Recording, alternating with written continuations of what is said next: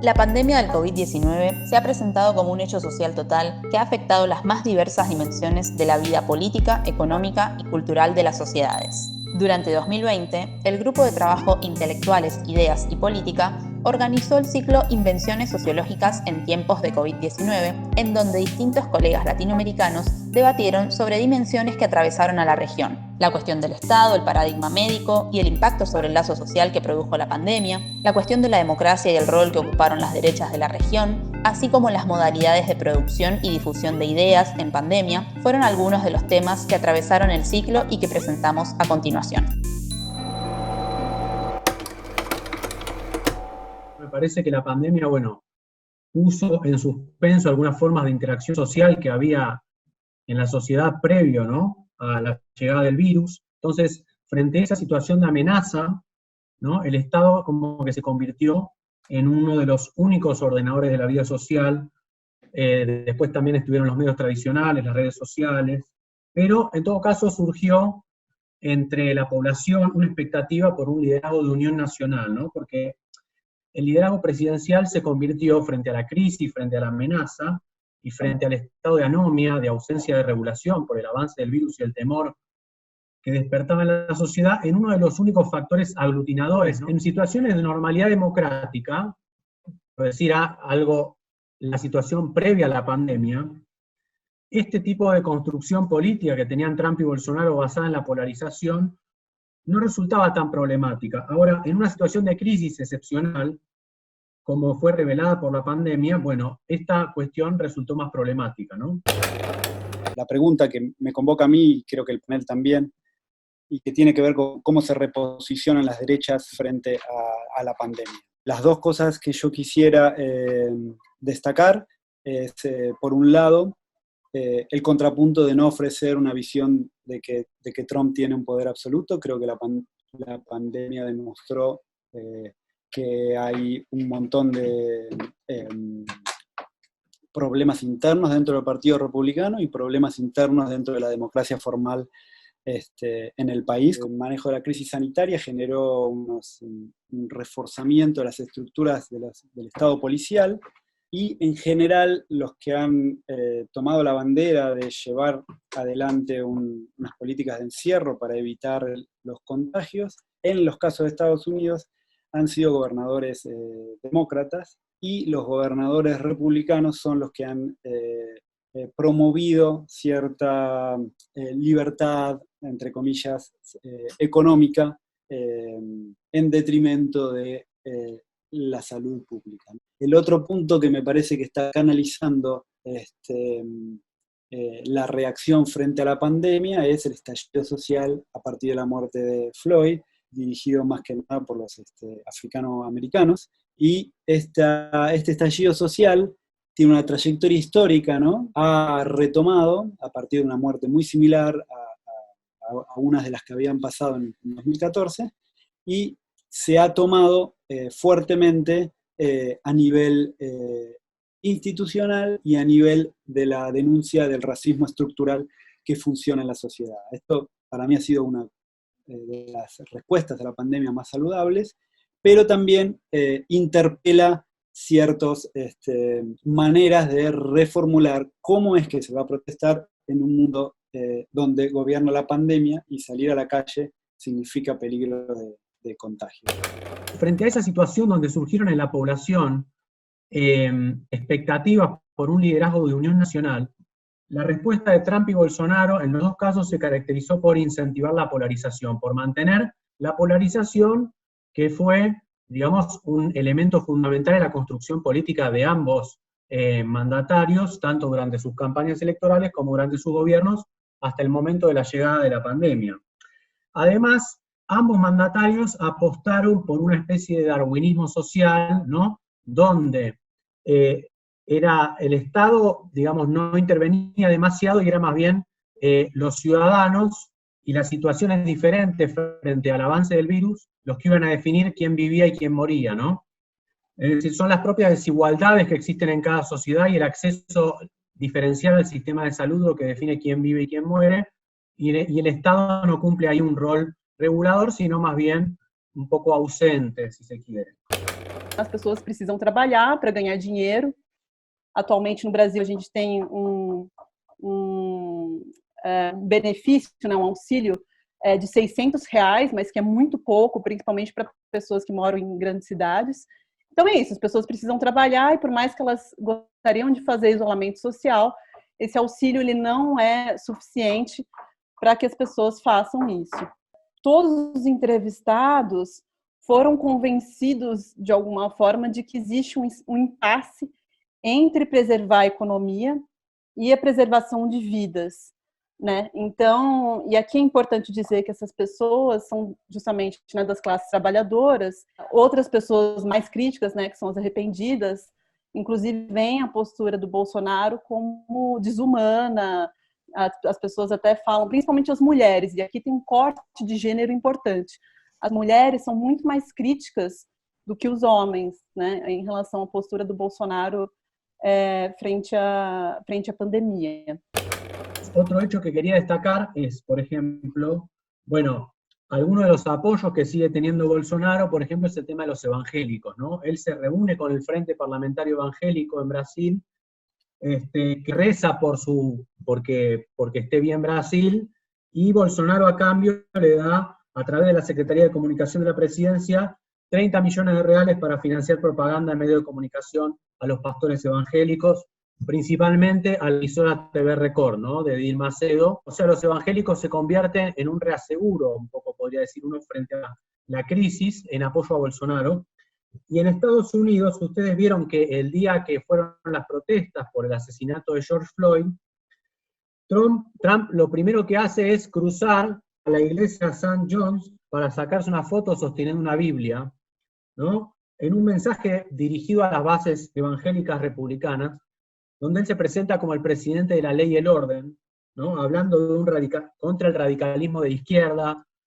acusa a la izquierda de querer reescribir la historia, reivindicando a los líderes de la Confederación y a los padres fundadores. Si bien en un principio, cuando ganaron las elecciones y en los primeros momentos del gobierno, tanto Trump y Bolsonaro lograron desarrollar una especie de gramscismo de derecha,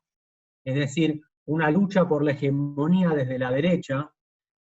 construir sentido desde la derecha para dominar el debate, justamente la pandemia, con la crisis que puso en evidencia, lo lleva a lo que uno podría llamar un trotskismo de derecha. Más allá de Trump y de Bolsonaro, acá lo que hay es un discurso, una serie de actitudes y creencias de brasileños y de estadounidenses, visiones y formas de visión y de percepción del mundo, como diría Bourdieu, con respecto a la sociedad, con respecto al género, con respecto a muchos elementos de la vida social y de lo que significa la vida social, la comunidad. Lo que creen muchos brasileños, que casualmente son los que apoyan a Bolsonaro, y lo que creen muchos estadounidenses que apoyan a Trump, es muy problemático para la convivencia democrática. Cuando se vaya Trump, el trumpismo va a seguir, porque el trumpismo son una serie de actitudes y de visiones, y también lo es el bolsonarismo. Entonces, ese creo que es el problema más a largo plazo para la democracia en ambos países. El votante de Trump y de Bolsonaro viene también de sentir que el sistema democrático no funciona, de sentir que figuras como en el caso de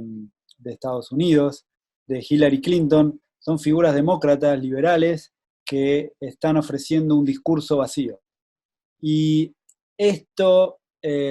también es parte de la formación de la sociedad y es importante reconocerlo.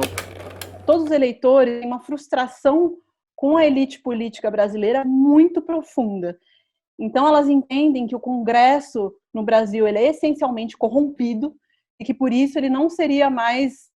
representativo da população. Então, muita gente fala que a política no Brasil tem que recomeçar do zero e que, por isso, seria, eventualmente, poderia ser bom que o Congresso fosse fechado, mas a maioria não enxerga isso como algo autoritário, e sim como algo que, vamos dizer, salvaria a democracia no Brasil. Si hay un rasgo, una marca del caso boliviano en época de pandemia, es la crisis política. una crisis política que tiene origen en el golpe de Estado perpetrado en noviembre del año pasado, que provocó la caída de Evo Morales, la derrota política del MAS, que había estado en el gobierno durante 3 gestiones continuas, un gobierno de transición que carga a cuestas una ilegitimidad de origen y básicamente asentado en la fuerza, en los aparatos represivos del Estado. Además, implicó que se apoyara en la policía, en las Fuerzas Armadas, en sectores sociales de clase media que están en una suerte de proceso de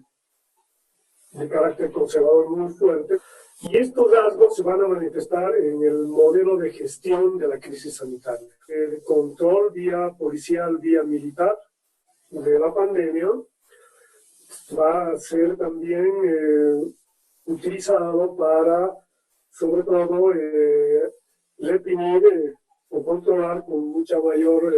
rigurosidad y actos represivos aquellas zonas del país que son consideradas bolsones electorales del movimiento al socialismo. Una fuerte presencia de la policía, de las Fuerzas Armadas, combinada además con el uso de la religión. Vale la pena resaltar que el golpe de Estado de noviembre estuvo muy fuerte el discurso religioso, tanto católico como evangelista, ¿no?, que fue utilizado para confrontar la visión de pluralismo cultural que representaba, que impulsó el MAS y que se tradujo en la formación del Estado plurinacional en Bolivia, y se condensó en una frase esbozada por el líder del movimiento cívico de Santa Cruz, que era la fuerza más conservadora del país, y que además responde a los intereses empresariales de sectores agroindustriales. Y esa frase fue: la Biblia volverá al Palacio de Gobierno. Y eso tenía un trasfondo, un toque, no solamente colonialista, sino tenía un componente racista, puesto que estaba planteado en términos de rechazo a la presencia de los indígenas, de lo indígena, ¿no?, en las esferas de poder. Y por eso, en los primeros 3 meses de la gestión de la crisis sanitaria, había actos inverosímiles, pero que se explicaban por el manejo del miedo y de la incertidumbre, que se tradujeron en vuelos en helicóptero con sacerdotes a bordo, bendiciendo algunas ciudades, o procesiones religiosas en caravanas militares. En el caso ecuatoriano, lo que ha ocurrido es que la pandemia ha servido para que el modelo neoliberal que venía llevando adelante ya el gobierno de Lenín Moreno se agudice y adquiera unos ribetes absolutamente extremos en cuanto a su aplicación del modelo económico y de un fuerte autoritarismo en cuanto a las dinámicas políticas que está generando la necesidad de sostener ese modelo. Hay una situación de crisis humanitaria que ustedes pueden, digamos, más o menos se hizo público y se hizo muy conocido a nivel internacional por, sobre todo en el momento más crítico de la crisis en la ciudad de Guayaquil. Mientras eso estaba ocurriendo, porque además fue en simultáneo, mientras eso estaba ocurriendo, mientras Guayaquil vivía el horror de la gente con sus muertos en la calle, etcétera, el gobierno impulsaba medidas como pagar. Entonces, se hizo un cálculo, el último de los cálculos, digamos, sobre esto es que en abril, entre marzo y abril, se pagó, por ejemplo, $1.500 millones de deuda estable, ¿no?, sin ninguna negociación con los acreedores. Mientras se necesitaba recursos para sostener la salud, el gobierno estaba pagando alrededor de 1.500 millones. Por otro lado, se está iniciando un proceso de privatización de todos los activos del Estado, y lo que se está haciendo es trasladando todos los activos del Estado, digamos, se está iniciando el proceso de trasladar los activos del Estado hacia el sector privado. Mientras estas medidas favorecen al capital en la pandemia y de una manera tan